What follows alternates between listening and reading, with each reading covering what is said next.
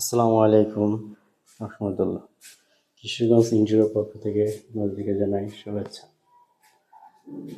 আমি একটি কিচেনের কাজ নিয়ে আপনাদের সামনে হাজির হলাম।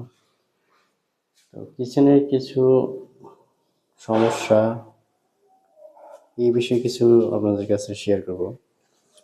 আমরা কিচেনের যে স্ল্যাবটা ব্যবহার করি, এটা আপনারা দেখতে পাচ্ছেন এখানে একটা উঁচা একটা নিচা।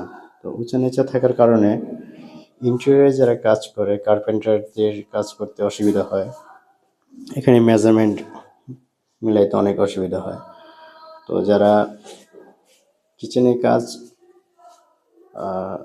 টাইলস দিয়ে মার্বেল দিয়ে করবেন, তারা অবশ্যই খেয়াল রাখবেন যেন এটা একটা সমান থাকে, যে কোনো একটা মেজারমেন্টে সমান থাকে। সেই ক্ষেত্রে আপনার ইন্টেরিয়র কাজটা করাতে গেলে আপনার কাজটা ফিনিশিং আসবে এবং দেখতেও ভালো লাগবে। তা না হলে আপনার কাজ করতে গেলে অনেক সমস্যা হবে কার্পেন্টারদের, যা কাজ করতেও সমস্যা বা দেখতেও অসুন্দর। তো যারা এরকম কিচেনের কাজ করাতে চাচ্ছেন, আমাদেরকে দিয়ে করাতে পারবেন। আমরা সকল ইন্টেরিয়র কাজ করে থাকি।